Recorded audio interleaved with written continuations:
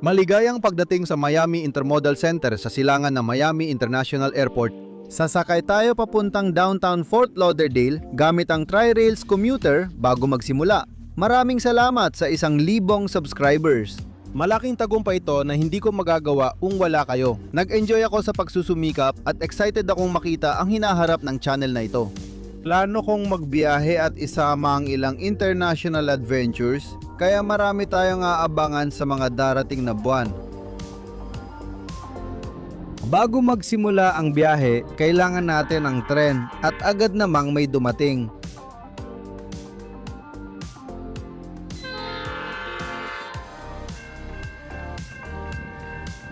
Ang Tri-Rail Tren Panim na 123 ay matatapos na ang biyahe papuntang timog mula Magnolia Park sa hilagang West Palm Beach.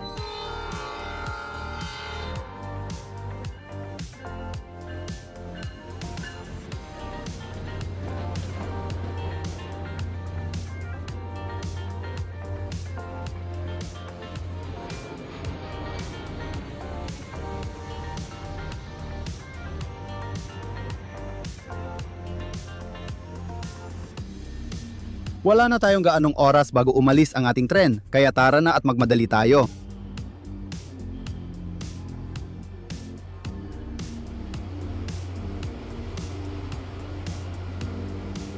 Ang mga tiket para sa Tri-Rail ay mabibili sa maraming kiosk sa paligid ng istasyon.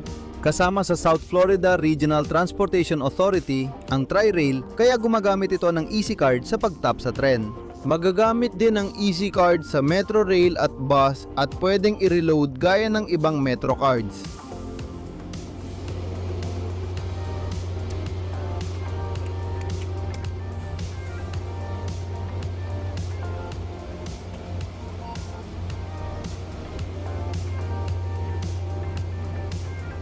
Pagkatapos naming kunin ang aming mga tiket, oras na para sumakay at maghanap ng upuan para sa mabilisang biyahe papuntang Fort Lauderdale. Pinili ko ang pangalawang bagon ng tren namin ngayon dahil medyo matao na ang unang bagon.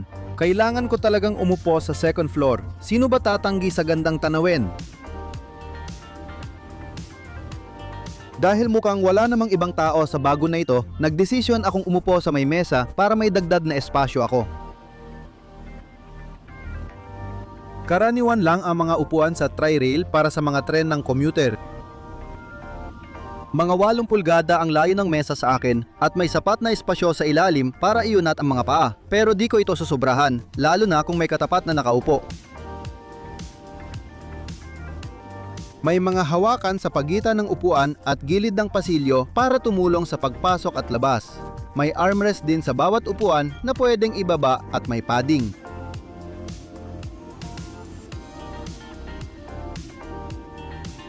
Hindi komportable ang mga upuan. May konting padding sa likod at ilalim pero tuwid ang posisyon ng upo. Mahirap maginhawaan sa mahahabang biyahe. Sa ilalim ng mesa sa hanay na ito, may 2 saksakan para sa kaginhawaan ng mga pasahero. Kahit na nandyan sila, kailangan mo talagang hanapin para mapansin mong nandoon sila. Dahil ang tanging palatandaan nila ay ang maliit na safety placard na natatakpan ng mesa. Pagkaupo namin, umalis na ang aming tren mula sa istasyon para simulan ang mabilis naming 49 minutong biyahe papuntang Fort Lauderdale habang umalis ang tren mula sa istasyon. Tingnan muna natin ang ilang stats ng tren natin. Ang tren ngayong umaga ay Tri-Rail Tren 626 na may 4 na Hyundai Rotom bi-level coach. Pinapagana ito ng Electromotive Diesel F40 PHM 3 lokomotibo bilang 8 dan at siyam. Bawat F40 PHM ay pinapagana ng Electromotive Diesel 600 at 45 V-labing 6 na makina na gumagawa ng 3,000 horsepower. May max speed na 110 mph ang bawat lokomotibo pero 80 mph lang ang takbo ng mga tren ng Tri-Rail. Ang lokomotibo 8 dan at siyam ay inalis sa serbisyo noong 2015, ngunit inayos at ginawang 3 C-spec na may mas pinahusay na electronics at bahagi at bumalik sa serbisyo noong 2020. Kung nag-enjoy ka sa video hanggang ngayon, huwag mag-atubiling pindutin ang like at subscribe button sa ibaba. Libre lang ito at malaking tulong para masuportahan ang channel. At pindutin mo na rin ang bell icon habang nandyan ka na para hindi ka makaligtan ng kahit isang video. Isang magandang serbisyo sa loob ng Tri-Rail ay ang libreng Wi-Fi. Medyo maayos din ang bilis nito para sa libreng Wi-Fi sa tren, umaabot ng hanggang 1.6 megabits per second.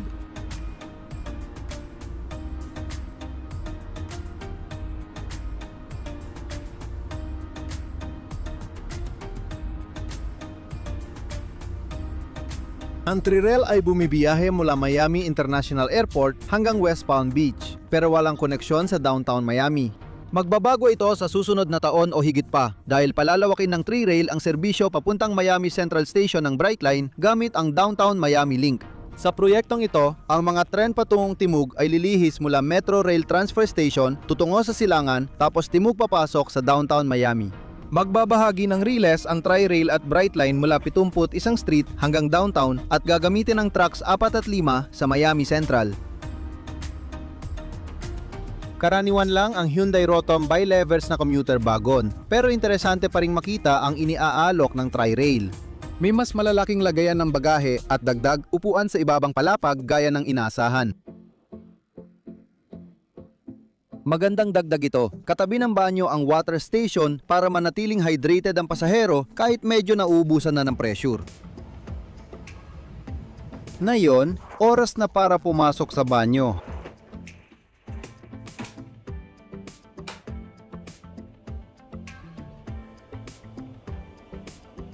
Medyo malalaki ang mga banyo sa tren para magkasya ang wheelchair. Maayos ang lababo pero walang sabon, nakakainis. May hand sanitizer dispenser naman sa pader. Para makabawi doon, sana ay nilinis muna ng maayos ang banyo at baka kailangan na rin ng bagong pintura. Pero para sa isang commuter service, ayos na rin.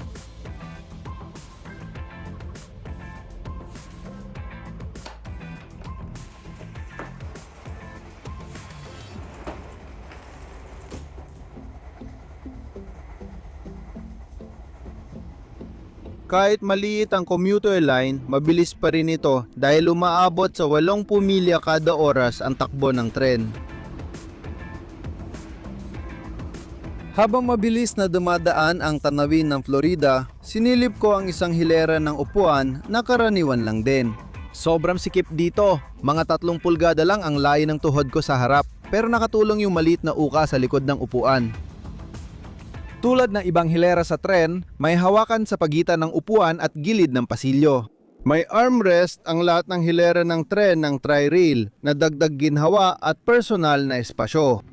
Walang saksakan sa gilid ng pader ang bawat hilera, pero kaya namang lagyan ng Hyundai Rotom gaya ng sa mga mesa. Pero medyo nakakapagtaka kung bakit hindi nila nilagyan ng mga saksakan sa lahat ng bahagi.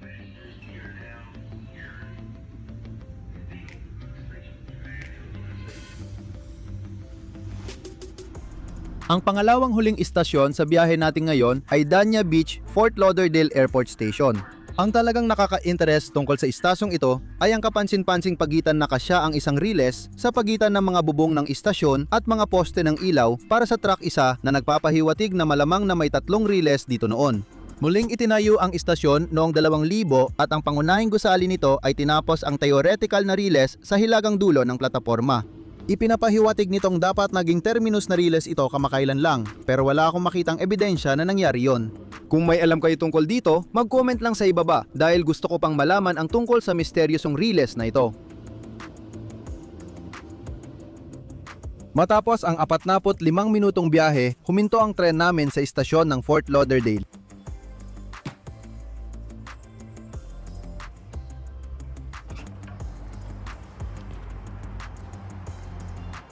At dahil dyan, oras na para tapusin ang video natin na yon.